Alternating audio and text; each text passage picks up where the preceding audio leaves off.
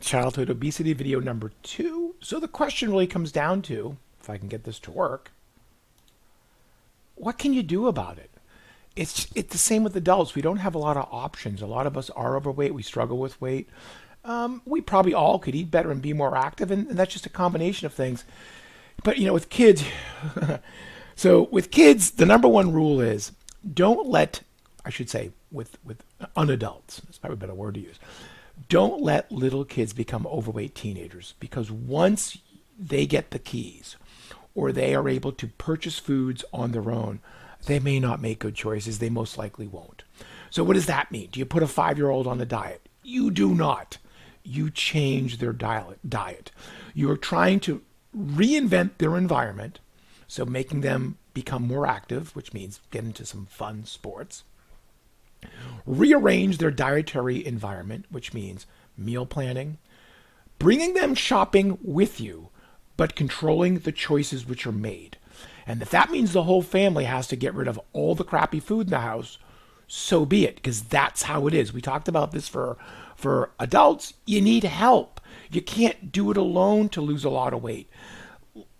We don't even call a 17-year-old an adult in the United States, and we expect a 7-year-old to make good food choices. So if that means you have to go out of your way to learn how to eat more fruit and more vegetables and more whole grains and go from full-fat dairy to low-fat dairy, get rid of all the soda, get rid of all that crap, and everyone suffers, and that's the way it is, and that's the way it is, right? So, and then the other thing is they got to be more active. They just can't linger around the house all the time, which means if that means as the parent, you drag them out for walks or bike rides. Again, so be it. You have to do what you have to do. And I know it's hard when you have working parents. I never saw my parents. I had older siblings that pretty much fed us because my parents were always working. So it's easy for me to say all these things. But I understand in a working household, it's not that easy. But that's what has to be done, right? Kids need help, and they need someone to control the calories that come in and ensure they're burning more calories. So, feeding kids. Let's talk about this. How do you feed kids? When you start with infants, you're doing the feeding as a parent or a care provider. You are introducing foods in the beginning, which are going to be things like infant cereals, which have a lot of iron. Sometimes they have extra zinc, by the way. But for little kids, so infants and toddlers, you're focusing on variety, color, shapes, and sizes. You want food to be attractive.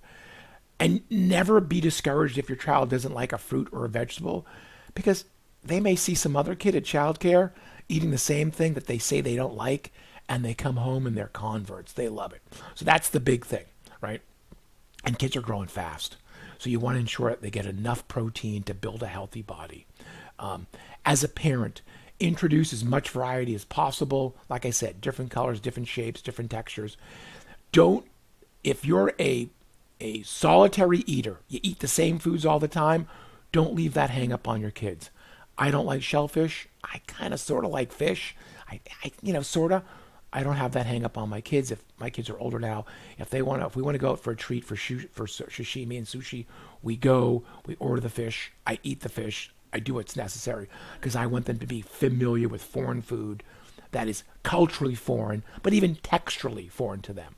And remember, if they're little kids, they don't buy the food. So you can bring them shopping with you, allow them to make some moderate choices, but you're the gatekeeper. You decide what comes in. They're not drinking soda if you don't buy the soda.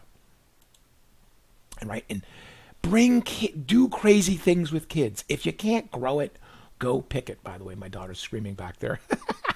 We went apricot picking that one time. Oh, they ate way too many apricots. There was he was not in diapers. She still was. There was a punishment for the parents for them doing it. Anyway, so if you can't grow it, get them out of the house and go pick it. It is fun, by the way. Learn how to jam. It's not that expensive. It really is a great thing to do as a parent. So as they get a little older, they're not as hyperactive at 3 to 6, but they have a bigger body now. They needed actually less protein when they were like a little kids. Now they need more protein to maintain their body.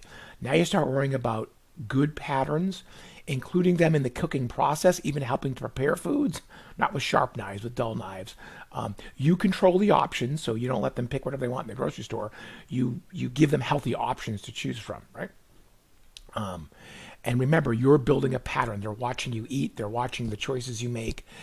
And finally, their teeth. You've got to start to really develop good dental hygiene practice with your kids. I was not from a family that flossed.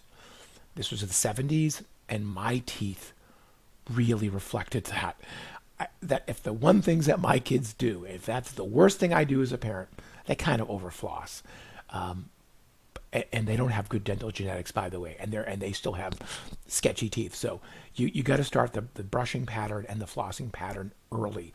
You have to ingrain this into who they are as a human. Yeah, they're gonna help. You're gonna have to. You just gotta let them. You gotta let it go. They're messy. They don't know how to do stuff. It's scary. And now when they get into the kid years, again, it's things like patterns. But think about prepping foods, preparing foods, doing foods as a family.